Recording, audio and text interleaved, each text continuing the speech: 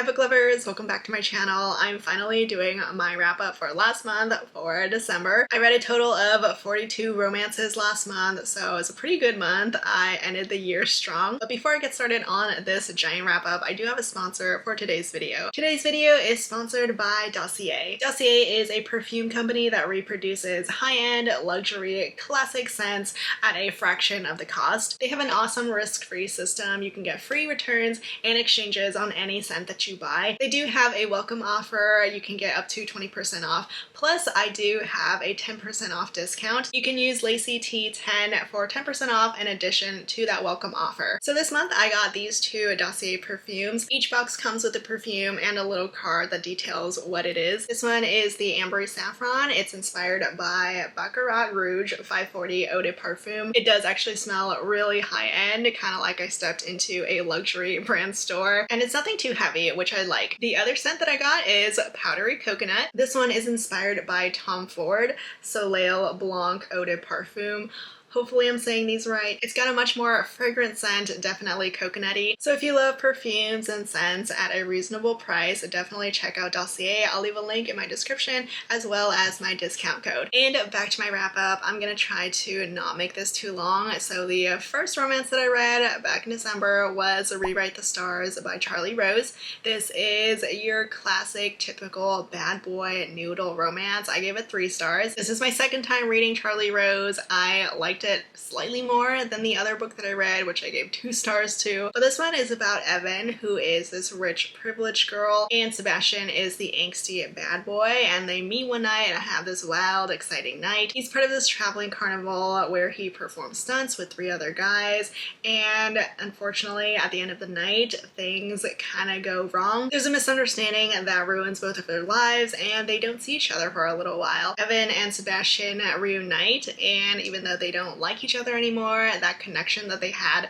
that one night is still there. There is a lot of push and pull between these two, but I did get annoyed by how hot and cold Sebastian was. I'm not a big fan of hot and cold heroes, and Sebastian, he believes he has this family curse, so he pushes everyone away, including the heroine, which happens a little bit too much for my taste. I did really like the carnival aspect, which was unique. I don't really see that a lot in noodle romances or romances in general, but other than that, it's still your fairly typical, like, dynamic with the bad boy and the heroine who rebels against her family. It wasn't bad, but it just didn't wow me either. Next I read Tutoring the Delinquent by Jessica Cain. Obviously I have to read the new Jessica Cain, but I didn't actually like this one that much. I give it 2 stars. It's another smutty novella. It's one of her noodle ones with the younger characters, but it just didn't work for me. The hero is a football player who's like the big man on campus, and he needs a tutor to save his grades. He meets this tutor and, you know, instantly falls in love at first sight and becomes completely obsessed with her. But the thing that just didn't work for me was that the hero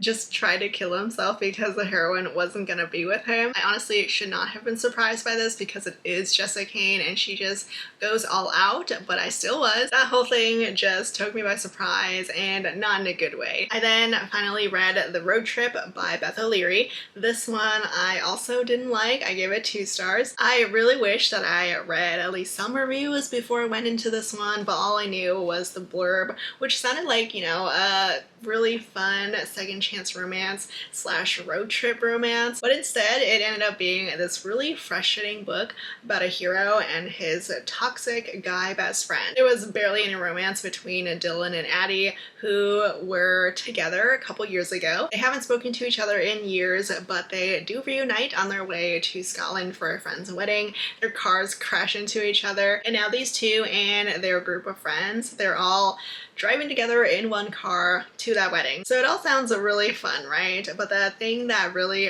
brought this whole story down for me was Dylan's best friend. He's in this really toxic friendship with Marcus, who is jealous and manipulative. Dylan doesn't recognize any of this, and he always has put Marcus above himself, above his other relationships, which was pretty much the reason why he and Addie broke up. Marcus was annoying to read, and then Dylan got annoying to read because how much of a pushover he was with Marcus.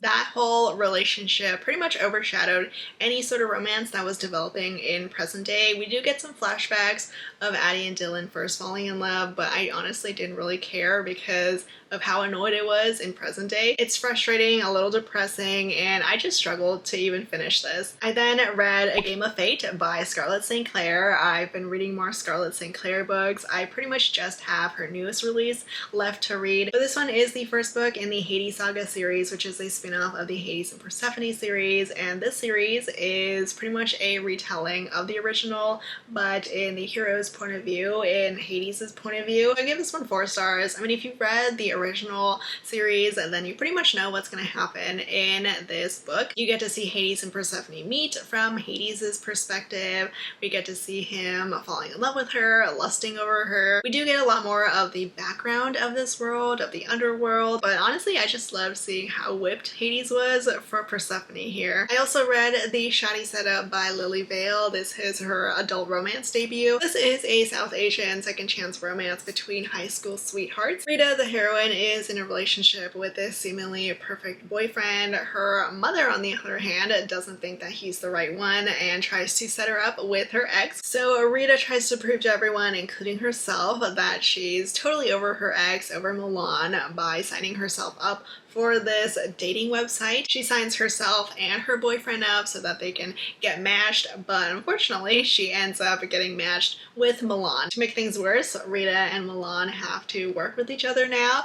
Rita is gonna try to design this house that Milan is having trouble selling. Their second chance is really cute, though I will say the dogs kind of stole the show. I could feel a lot of longing here, especially from Milan, but I will say the romance wasn't perfect just because it does have the miscommunication trope. That is the reason why they broke up back in high school, and that's why this one isn't quite 4 stars for me. I'm giving it 3.5 stars, but if you don't really mind, you know, slight miscommunication in your romances, definitely try this one out. I read another 2-star read next. There were quite a few of them in December. This is Bad for Me by Shanora Williams. It's a biker romance, an MC romance, which I haven't read in a while, but I do love my MC romances. I just struggled with this one because I got nothing from the hero here. It honestly felt like he didn't even care about the heroine, let alone fall in love with her. Wolf is the biker president hero, and the heroine's younger brother gets in trouble with him and his club. Nova tries to save her brother by offering herself up in his stead, so Wolf takes her. It is kind of enemies to lovers. Nova obviously hates Wolf because of what he did, but I didn't really see the reason why Wolf hated Nova so much, or why he treated her like dirt under his shoe. I felt absolutely no sort of romance from him for Nova, and for most of the time that I was reading, it honestly felt like it was straight up just a biker book and not a biker romance, because there was no romance. Like, I just didn't feel the love between Wolf and Nova, so the romance was a total fail for me here. And then historical romance readathon happened, and I read a bunch of historical romances. The first one that I read was Captured by Beverly Jenkins. This is her pirate historical romance, and it's part of her Levesque family series. Dominic is our pirate hero, and he tries to take down slave ships. Dominic takes Claire with him onto a ship, even though she's really reluctant, not because she has any loyalty to her owner, because she definitely doesn't, but she does have some precious things back home that she can't exactly just drop and leave. Dominic does end up helping Claire. He helps her try to get back her kids and try to free them, but the romance here between them was so freaking sweet. I mean, as soon as Dominic met Claire, saw her, he kind of knew that she was the one for him. He was totally gone for her, and he just did his best to charm her to fall in love with him. I really like this one. I give it 4 stars. The audiobook was great. There's also this slight French accent for Dominic that was really nice, but I mean, I enjoyed the romance. I really like the characters. There's some suspense when it came to Claire and her kids. It was just a very good read. I also read A Wallflower Christmas by Lisa Clayfest. This is a novella, part of her Wallflower series. It's like a sequel novella to the series. It's pretty much a Christmas wrap-up. We do get a romance between Lillian and Daisy's brother, Rafe, and his intended bride's cousin. He's totally smitten with her, and the romance is great, but I just loved being back with the Wallflowers. We get to see them all happy and in love and being worshipped by their husbands. I gave it 4 stars. I honestly don't know why I hadn't read it until December 2021, but god, I'm so glad that I did. I read another Lisa Kleypas novella. It's I Will in the A Christmas to Remember anthology. This one I didn't like quite as much. I gave it 3 stars. It was just okay. I kind of struggled with the hero here. But this novella is part of her Capitol Theater series, and it's about Andrew. He's a drunk and good for nothing, and he has been kicked out of his father's will. So in order to get himself back, he's trying to put up an appearance for his father, and he ends up making this deal with the heroine. Andrew and Caroline will fake a courtship, and in exchange, Andrew will stay away from Caroline's younger brother because he's been a terrible influence for him. It's actually not a bad premise. I like the setup of this one, but I just didn't like it quite as much as I wanted to because it was a novella and it was way too short. Like the whole time period between Andrew and Caroline setting up this deal to them finally playing it out, that's when Andrew cleans himself up, and like the second time Caroline sees him, Andrew is just magically fixed. He's not a drunk anymore. He starts caring about things. It just seemed a little bit too fast and unbelievable. I read A Kiss for Midwinter by Courtney Milan. This one I also gave 3 stars. It's another winter novella. We've got a doctor hero who's in love with a woman who hates him. The romance was okay. I definitely expected Jonas to do a little bit more wooing and romancing than he did in this novella, and I probably could have enjoyed it a lot more if we didn't get as much medical stuff in this book. We get pretty heavy into Jonas's job as a doctor, and it kind of overshadowed the romance here. I mean, I did think Jonas being a doctor was really interesting to read in a historical romance, but it just wasn't what I wanted to focus on. I read 2 Jennifer Ashley novellas next. There are 2 winter Christmas Jennifer Ashley novellas that are in this bind-up. The bind-up is called A Mackenzie Clan Christmas, and the bind-ups are A Mackenzie Yuletide and A Mackenzie Clan Gathering. The first one I really enjoyed. I give it 4 stars. It's about all the Mackenzies who've gathered for the holidays, and there's a ghost haunting their estate. The ghost plot is more for everyone else to solve, but Ian is trying to track down this missing necklace to gift to his wife. For A Mackenzie Clan Gathering, I gave that one 3 stars. It was okay. I like being back with Ian, but that was about it. It's about these robbers who end up stealing Hart's art collection, and Ian is trying to track them down. And also Beth's late husband's brother shows up, saying that he can cure Ian's madness. I can't say I was too into either of these plots, but it was just nice to see Ian completely devoted to his wife. I ended up reading 2 Stephanie Lawrence books for the readathon. This first one is the full-length book that I read, The Promise and a Kiss. This is technically the prequel to the Sinster series. It's book 0.5. It's about the appearance of the hero from book 1, but it was published like a couple books into the series, like published after book 5 or 6. I love this one. I give it 4 stars. It almost could have been a 5 because I love Sebastian and Helena. These two meet when Sebastian literally falls at Helena's feet and she ends up saving him. They reunite a few years later, and as soon as Sebastian sees her, recognizes her, he wants her for himself. He wants her to be his wife. I loved him. I loved how alpha and possessive he was. As soon as he saw her, he knew that she was it for him. Helena, though, has her own plan. She absolutely does not want to marry a guy who is super alpha and controlling, which Sebastian is. Her guardian was way too controlling and she just wants to be free. I love the romance here. I love Stephanie Lawrence obsessive alpha heroes. Sebastian would do everything and anything for Helena. The chemistry between Helena and Sebastian is fire. I loved it. But the only thing that brought this down for me from 5 stars to 4 stars, I totally forgot about it, but I found out that Sebastian did father a bastard off of another woman after they got married. That bastard son does get a book in the Sinster series, but I haven't read it yet. So finding that out kind of did ruin the story here for me a little bit, but I still love these characters. The other Stephanie Lawrence that I read was The Fall of Rogue Gerard, which I also gave 4 stars to. This was a wonderful winter novella. Stephanie Lawrence alpha Rogue heroes are everything. I love them. We've got another one in Rogue, or Hero. He and Lydia were childhood best friends who almost became something more, like they fell in love, but then Rogue kind of got spooked and ran away, and they haven't seen each other since. They reunite many years later in the middle of a storm at an inn, and all of their feelings friends just come rushing back because they never stop loving each other. But Lydia is trying to save her younger sister. She's planned this scheme to sneak into this guy's house so that she can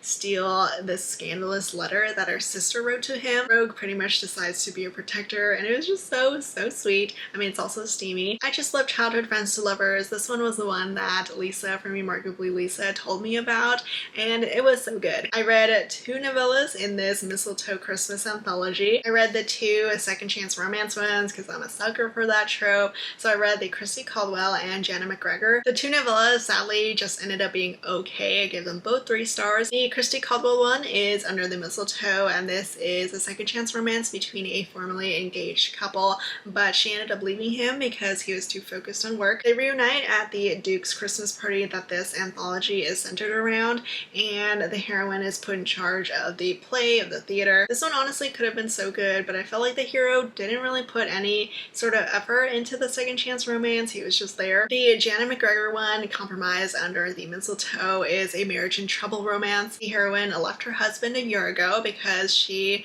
didn't feel appreciated by him. She felt left behind and forgotten, so she left to try to create her own life for herself. But now they have to pretend to be a happy couple, a happily married couple for this Duke's party because she needs an inheritance. I like this one maybe slightly more just because the hero did put in a lot more effort than the other hero did. There's a bit more grovel and there is the snowed in trope, but it still was just an okay read. I ended up reading 2 Sabrina Jeffries historical romances next. They're both part of the Swanlia Spinster series. I skipped book 1, I just read books 2 and 3, mostly because I wanted to read book 3, and book 2 is kind of the setup for book 3. So I first read A Notorious Love, which I gave 3 stars to. It sounded a lot better than it was. It's supposed to be this fun road trip, enemies to lovers romance. Helena and Daniel don't really like each other, but Helena asks Daniel for help in trying to track down and save her runaway sister. The main characters do banter a lot during their road trip, but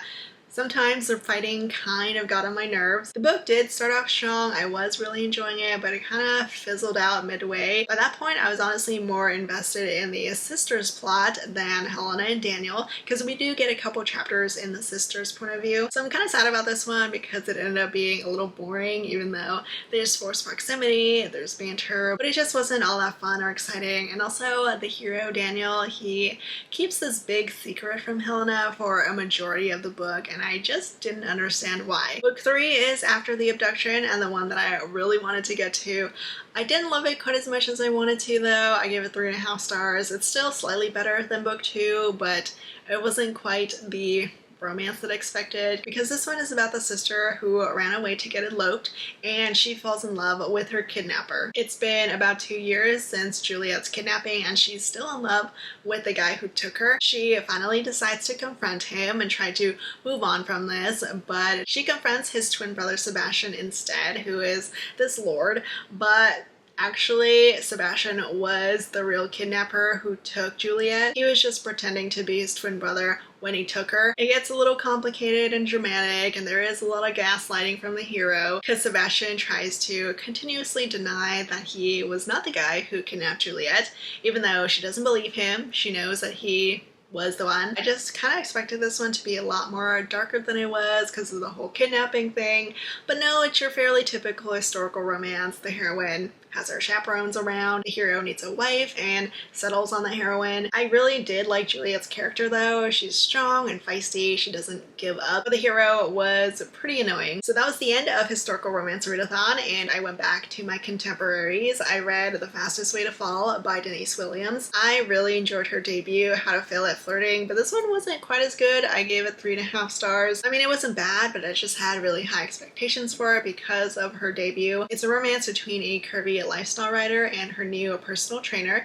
and it is an epistolary romance. Rita really wants to work full-time for this website that she's been writing for. She wants to write about her journey as a plus-size woman using an exercise app, and that's how she meets Wes. They meet through this workout app that Wes owns. They don't ever see each other in real life, at least not just yet. All of their interactions happen through chat, through this app, and it was really cute. There's a slightly forbidden aspect to their romance because Wes isn't supposed to, date a client. The texting banter was adorable. I really liked the first half of this book. The second half was not quite as good just because Britta is still keeping this whole secret that she's writing about, like her journey on this app. She's writing about Wes, but I just wasn't quite as invested anymore, at least not in the romance. I mean, I still loved all the body positivity here. It's not a bad read. I still did really enjoy it, but it just wasn't quite as good as her first book. I read another curvy heroine romance. I read All the Feels by Olivia Dade. This is the standalone sequel to Spoiler Alert, which I gave 3.5 stars,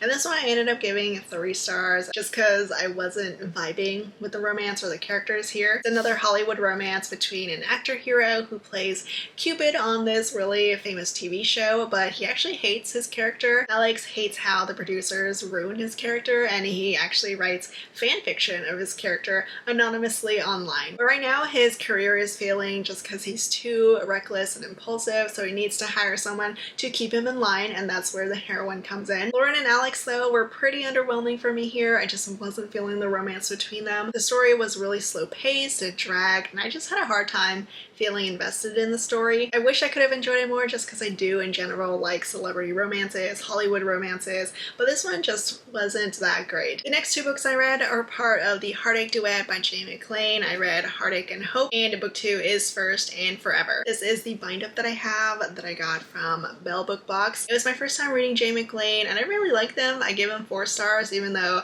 they feel more young adult. They're like mature young adult, new adult high school romances. Both books do follow one couple, Ava and Connor. Connor moves in next door to Ava, transfers during his senior year. Connor is a basketball player, so it's kind of a sports romance. It's friends to lovers, even though Ava at first is very prickly. She's the kind of heroine who keeps to herself. She doesn't really make connections anymore ever since her mom came back from war, where she was a prisoner of war. Ava's main focus right now is not on school, not on boys, it's on her mom and her mom's PTSD. But Connor is too sweet and very persistent, and they become really good friends. Connor is super supportive of Ava. They do fall for each other, and it gets really emotional and angsty because Ava just isn't in the space where she can give everything to Connor. And then book 2, First and Forever, it does continue with the story. It continues from the cliffhanger from book 1. I won't say too much about it just because there are too many spoilers, but I really like this duet. I really liked Ava and Connor.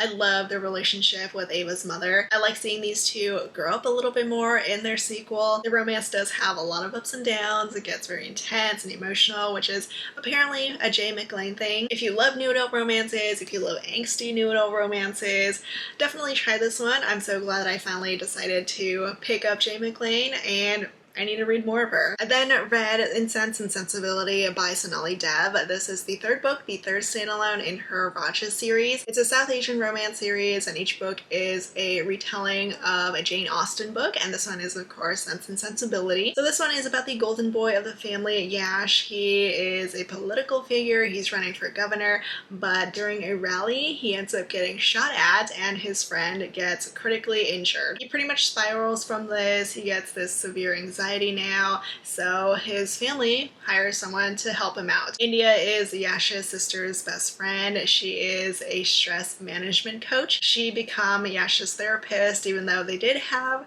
one magical night 10 years ago. But even though they start to have feelings for each other again in present day, they can't really do anything about it because Yash is in a fake relationship with his best friend. This fake relationship is for the public, is for his PR, but his best friend, she kind of sucked just because she was very manipulative, always took advantage of Yash. So the romance definitely took a big backseat here. There was a lot going on, and it wasn't the romance. I have to admit that each of the books that I've read in the series, the romance is never really in the spotlight, which kind of sucks. It's especially slow in this 3rd book. There is so much longing here, but they can't do anything about it because of that fake relationship. So this one, sadly, was just an okay read. I read another disappointing book last month. This is one of my least favorite reads from December. It's Heard It in a Love Song by Tracy Garvis Graves. This cover is beautiful, and I have enjoyed Tracy Garvis Graves in the past, but this one absolutely didn't work for me. I got so annoyed listening to this audiobook, and I've never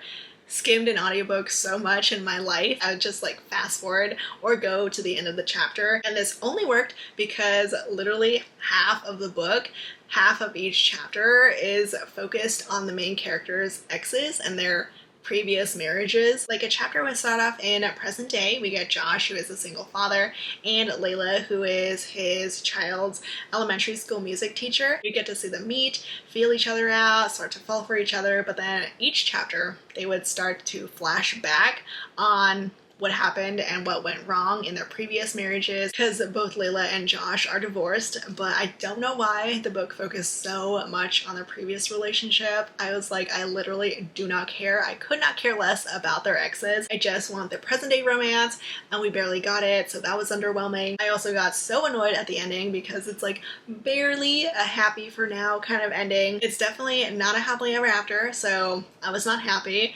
I mean, I guess this was more women's fiction, even though Tracy Garvis Graves has written romance in the past, like actual romance. And her previous book, which is more women's fiction as well, that one had a better ending at least than this one. But yeah, this one I was not happy with. Next, I read Asher Black by Parker S. Huntington. I read this one for my Mafia Romances video where I tried new to me Mafia romance authors. This was my first book from Parker S. Huntington. It was actually her debut, and while I was reading it, it definitely felt like a debut. The writing was a little choppy. It wasn't bad. I give it 3 stars, but it definitely wasn't that great either. It's not too dark or anything for a mafia romance just because the heroine is so dorky. It was just a kind of book that tried too hard to make the heroine quirky. It is a new to mafia romance. Lucy goes to college after her tragic past and she meets Asher at a club. He is this rich and powerful man who owns the club, who may or may not have mafia ties. We do have the fake relationship here. Asher forces Lucy to be his fake fiance, and the romance was okay. I mean, Lucy and Asher were fine. I didn't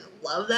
I liked them the more I read them, but they were never, you know, amazing characters for me. I can definitely see the potential here, but I just never fell in love with anything. I also read quite a few Kresley Cole books back in December just because I decided to do a reread of the Immortals After Dark series. Her newest book, her comeback, just released this month in January, so I wanted to prepare for it. I decided to do a reread of the first 11 books, which I have read, and then catch up on the rest of the series, which I had not read. In December, I read the first 4 books plus the prequel novella. I started off with the book that I personally recommend people start with, the first full-length book and not the prequel. This is A Hunger Like No Other by Kresley Cole. I actually reread the series through audio and it was such a good experience because the narrator, Robert Petkoff, is freaking amazing. A Hunger Like No Other, I gave 4 stars. It was originally 4 stars and it still stayed at 4 stars during my reread. It's a romance between the King of the Lycaes, which is kind of like a werewolf shifter but not quite exactly like that, and his fated mate is half Valkyrie and half vampire,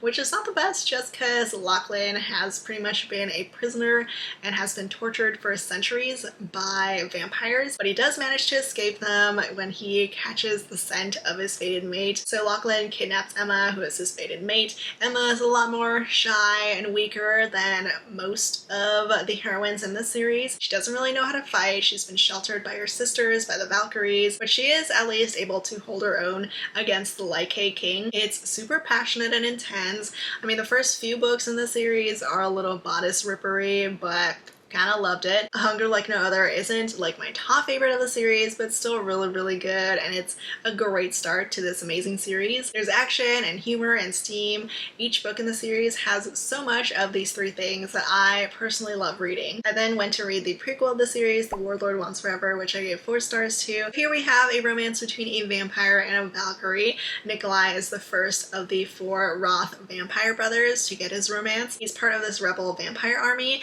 which doesn't drink from humans. He finds his fated mate, which vampires call brides, in Mist, who is this really powerful Valkyrie. But Mist doesn't actually want to have anything to do with Nikolai, and she makes him chase her for 5 years until he's finally able to capture her. It's enemies to lovers just because Valkyries hate vampires. There's a lot of enemies to lovers throughout the series, so it's a lot of good banter, a lot of good fighting. It does give a little bit of background to the Valkyries, to this world. So Mist and Nikolai were great. Book 2 in the series is No Rest for the Wicked, and we get the second Roth brothers romance here. Sebastian is a vampire and his bride is another Valkyrie. She's a Valkyrie assassin. Katerin hates vampires because her sisters were murdered by them hundreds of years ago. So the second book is about this month-long legendary hunt that's hosted by a goddess. Katerin has won every single hunt before, and she's desperate for this month's hunt, for this month's prize, because it'll allow her to go back in time and save her sisters. Sebastian pretty much enters because Katerin does. He wants to become her protector, does everything he can to make her fall in love with him, but she is not giving him the time of day. She puts him through a lot. There's a ton of action here with the hunt,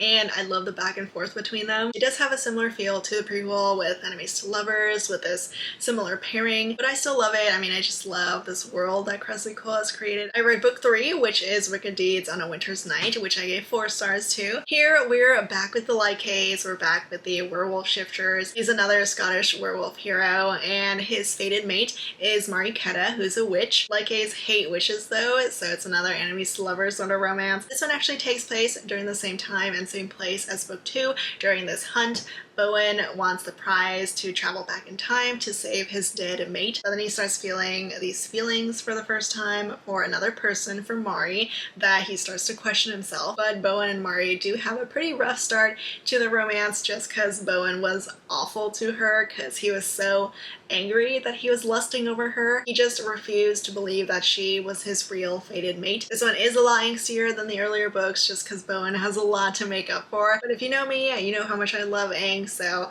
this is great for me. It gets intense and exciting and of course very steamy because it is Kresley Cole. And I did love that we finally got a witch for a main character. We kind of switched up the paranormal creatures here. We got to learn more about the witches, who are so funny. Like, I love the Valkyries and the witches just because they're hilarious. And then the final Kresley Cole book that I read back in December was Dark Needs at Night's Edge, which is book 4 in the series, and it's one of my top favorites. I give it 5 stars. Actually, it bumped up my previous 4-star rating to 5 stars just because it was so freaking good, and it's easily the best Roth vampire book. Here we have the third Roth brother who gets his romance. He is the crazed vampire of the family just because he's the only one who actually drinks from his victims, but when a vampire drinks, he takes in all that being's memories. So he kind of goes mad, but Conrad's brothers do manage to capture him and force him to stay in this estate that's being haunted by the heroine. Naomi is a phantom. She's a ghost who was murdered,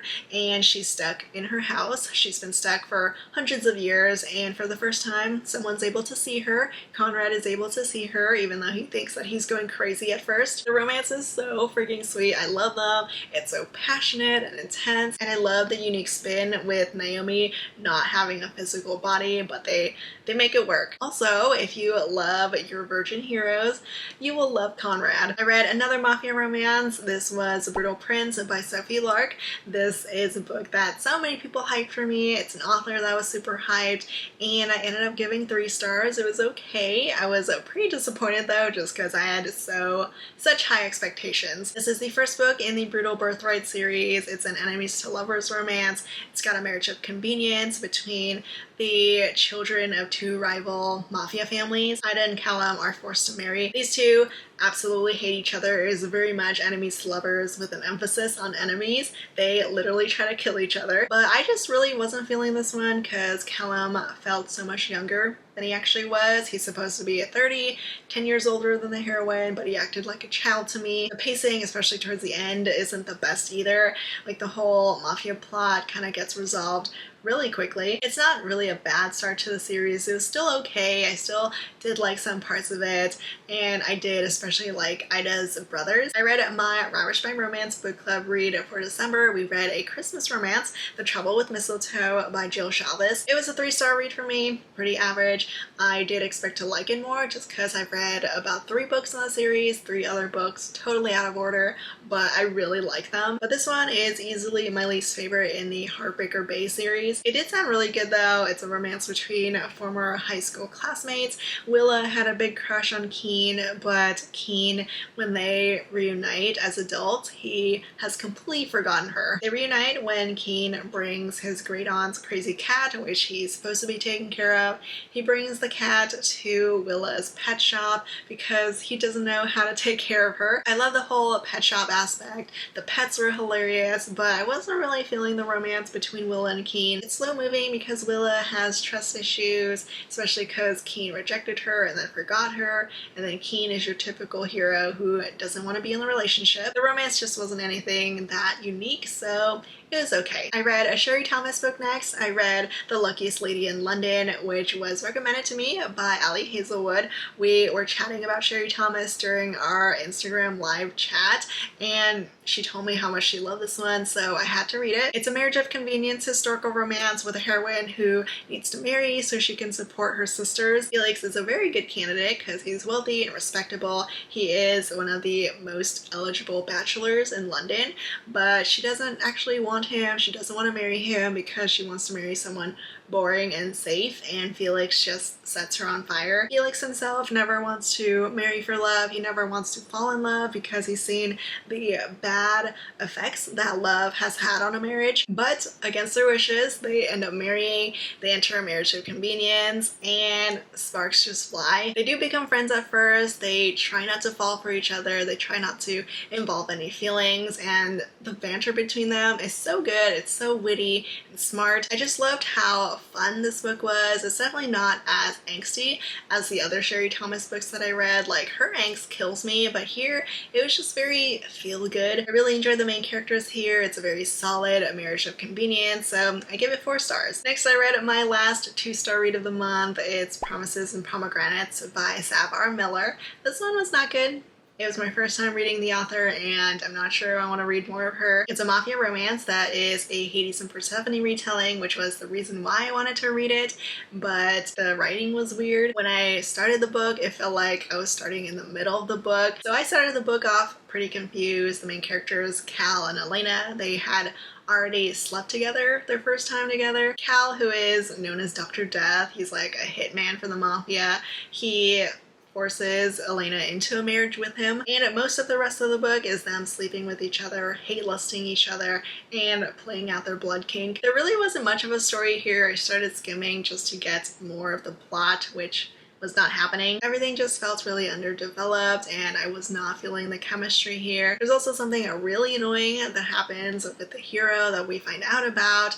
I did spoil it. I talked about what happened in my mafia romance video, but I won't go into it here. It was just, I'll just say that it was very unnecessary, but for my first time reading this author, it was not good. I read a Christmas romance novella next. This is Her Pretend Christmas Date by Jackie Lau. I really like this novella. I gave it 4 stars. It's a fake dating, opposites attract Christmas romance. The main characters, Tom and Julie, they get set up on this blind date, but it goes terribly just because they're such different people. He's really buttoned up and straight-laced. She's outgoing. She's a jewelry designer, more artistic. So they're different people. Neither of them see a future at all with each other, but then Julie kind of lies to her mom by saying that the date went well and she and Tom are dating. So Julie asks Tom to go along, play along with this fake relationship, and also go home with her to meet her parents. They do spend the holidays together. It gets very dorky and sweet. They do have to share the same room and the same bed, and I had a really fun time with it, even though Julie does get pretty judgmental at times. I didn't understand why, but still, it was a really cute Christmas novella. I also ended up reading a Cora Riley mafia romance. I read Bound by Hatred, which is book 3 in the Born in Blood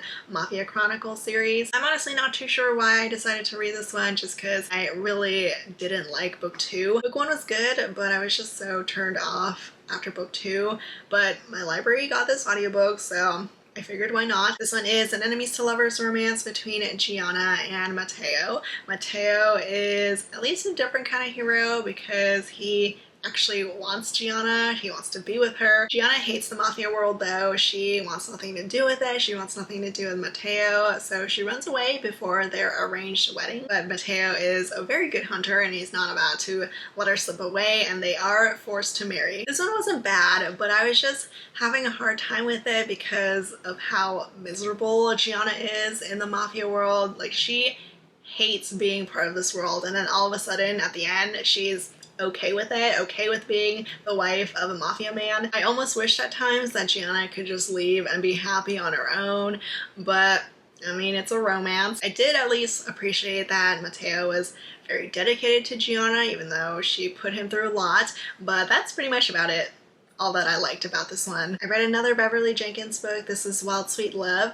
This one I really wanted to read because the heroine is a train robber, or she at least was a train robber, but she gets arrested. So now Teresa is forced to work to avoid going back to prison, and she works for the hero's mother. And Madison, which is the hero's name, he is not a big fan of Teresa. He's very judgmental of her because of her record. His mom is actually the one who gives her the benefit of the doubt, and I really liked her character. I love Beverly Jenkins, but this one is not like a favorite of mine. I gave it 3.5 stars. I did expect it to be a lot more exciting because of the whole lady train robber thing, but that doesn't really ever happen again. It's more of a sweet and slow romance. It takes a little while to warm up to Madison just because of how he treats Teresa, but thankfully Teresa and his mom more than made up for his character. These next 3 reads are historical romances that I read for a collab video with other romance booktubers, where we read some historical romances that were released during the year that we were born. So I read books that were out in 1996. This first one is Lisa Kleypas, of course. This is Somewhere I'll Find You, which is book 1 in her Capitol Theater series. This is what the beautiful step back looks like, and sadly I didn't love this one. I gave it 3 stars. I was very disappointed, especially in the hero here. So this one is about a lady heroine who gets disinherited because she wants to pursue a career in acting in the theater. She is forced by her father as a child to marry the Marquis of Savage, our hero. Damon has been trying this whole time to find Julia, but he can't find her so that he can get an annulment. But then they meet in real life and she recognizes him, but he has no idea that she is his wife. It gets very dramatic. There's some annoying other woman drama with Damon's mistress. I honestly was feeling not much from Damon. He just didn't feel like a Lisa Kleypas hero for me. There's nothing really interesting about him. And then Julia sometimes got annoying because of how she always ran away from her problems. I did at least enjoy the theater aspect here. I thought it was really unique, really fun to read in a historical romance, but the romance just didn't feel genuine or believable for me. My second 1996 read was The Wedding by Julie Garwood. I love this one so much. I give it 5 stars. It's book 2 in the Laird's Fiancé series. It's another medieval Highlander romance with a Scottish laird hero, and his heroine is the bride of his greatest enemy, the man who killed his family. Brenna is forced to marry Connor. She is forced into a marriage of convenience with him, and the wedding scene here is so freaking funny. I don't know why Julie Garwood always writes such funny wedding scenes, but it was so good. It's your classic Julie Garwood romance, super charming. We've got an alpha hero who's just taken aback by the heroine because she's so feisty and sassy. The romance was so sweet, and I just loved seeing Connor turn from this jerk alpha hero into someone who totally worships his wife. The third and last historical romance that I read for the collab was Midnight Rider by Kat Martin, which I also loved and gave 5 stars to. This is the beautiful step back, and it was kind of my first time reading Kat Martin, or at least reading a Western romance from her. I freaking loved it. It does get a little dark because the hero kidnaps the heroine. Ramon pretty much blames Carly for his brother's death, and he treats her terribly, at least at first. Ramon is our Spanish hero who has a side job known as El Dragon, who is this outlaw who steals from the rich to give to his poor community. So now Carly knows the truth about who he is, and he can't let her go because of it. It's very much enemies to lovers. These two hate each other. There's so much good chemistry and fire between them. I love the slow progression of the romance. It felt so real and genuine. It gets super angsty and passionate, and I did appreciate Ramon trying to grovel. There's a marriage of convenience, there's some action and danger, there's just so much good stuff here that I didn't expect, and I definitely didn't expect to love this one, but I did. The romance was so good, and I felt the love between the main characters so hard. My next read was Three Dirty Secrets by Nikki Sloan. This is part of her Blindfold Club series. It's book 4 and another 3-star read. Reagan, the heroine, is an undercover FBI agent. She's undercover working at the Blindfold Club. She's like the hostess or the money negotiator. She's not actually the sex worker, and she's there because she wants to take down this corrupt man. Her hero, Silas, is a tattoo artist. She goes to him to cover up some of her scars from her previous case. Things heat up very quickly between them, but of course it's complicated because Reagan is hiding her whole identity, hiding her job from Silas. It is pretty sweet just because Silas is such a good guy hero, but I didn't fall in love with him, and I wasn't too happy with the threesome that happened here. I honestly haven't liked any of the threesomes that happened in this series, but yeah, if you don't like your characters sharing, you probably wouldn't like the series. I read an MM romance next. I read Bad Intentions by Ella Frank. It's book 1 in the Intentions duet, and I really like this one. I gave it 4 stars. It's an age gap romance and kind of an office romance. Gabe is our younger hero who just got a new job, and he goes to his roommate's work party, and that's where he meets his roommate's boss, Marcus, who is a lot older than him. Gabe really wants to impress Marcus, so he pretends to be someone else. Gabe pretends to be his boss. They have a very steamy night together, but then they bump into each other at one of their workplaces, and Marcus finds out the truth that Gabe lied to him. So Marcus doesn't really want to work with Gabe's boss anymore, and Gabe's boss is not happy about this, so he forces Gabe to smooth things over. They make a deal. Gabe will pretty much be Marcus's slave for like a week,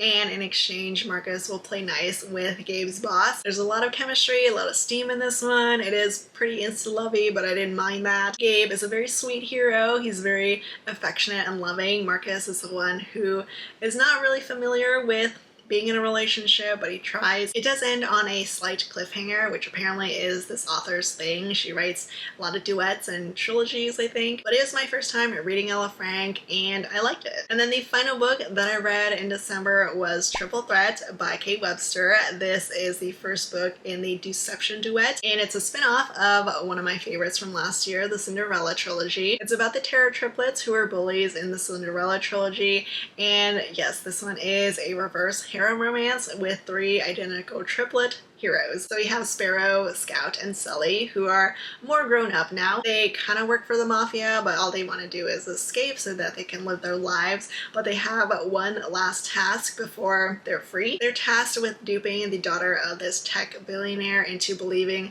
all 3 of them are one man so that they can get close to her and find out her father's secrets. Langtry's father is abusive, and even though she's 18 and she wants to escape, she can't because she has a younger sister that she has to protect. She's terrified of her father, but she's able to get him to allow her to go to college, and that's where she meets one of the triplets. She believes that he's just a classmate named Ford, and every time she sees him outside of a classroom, she thinks that he has a split personality because he's just so different. Another one plays her sister's tutor. Her sister is mute, so she needs an ASL tutor. And the third triplet is the darkest one. He's the one who gets a new job at her abusive dad's office. So they're everywhere now and super involved in her life, and she has no idea that they're triplets. I was actually very surprised this one was not that steamy because it's Kate Webster and her books are always on fire, but I really like this one. It was a great reverse harem romance. I loved the idea of triplets. The sequel is coming out in a couple months, and I can't wait. And that's about it for this giant wrap up, all the books that I read at the end of 2021. As usual, let me know your thoughts if you read any of these books. Links to everything will be down in the description below. Thank you so much for watching, and I'll see you all next time. Bye!